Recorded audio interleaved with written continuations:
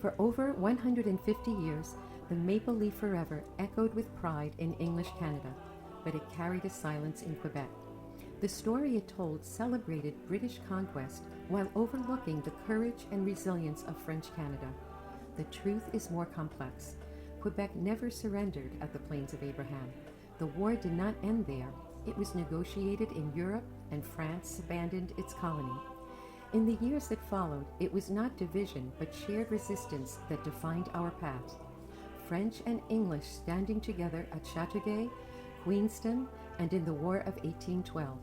The Quebec Act of 1774 recognized a society that would shape the very soul of Canada, a soul that chose not to follow the American Revolution.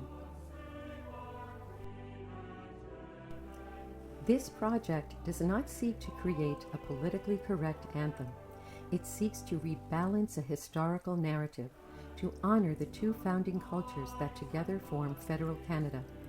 Each stanza of the new Maple Leaf Forever speaks to that union, the pain of the past, the strength of resistance, and the rising challenge we now face as authoritarianism takes root once again to our south. The closing image in this video shows a man and a woman, English and French, standing together not in protest but in partnership. Their posture is not political, it is symbolic.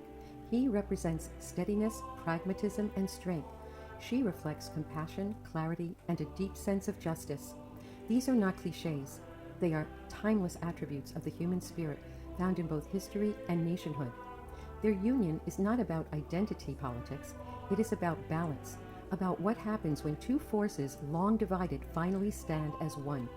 It marks a shift in English Canada's perception of Quebec, no longer a tolerated partner, but a cherished equal, foundational to our democracy and soul.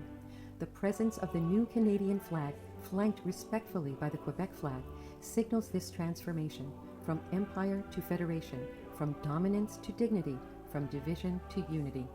This is not a protest song, it is a promise.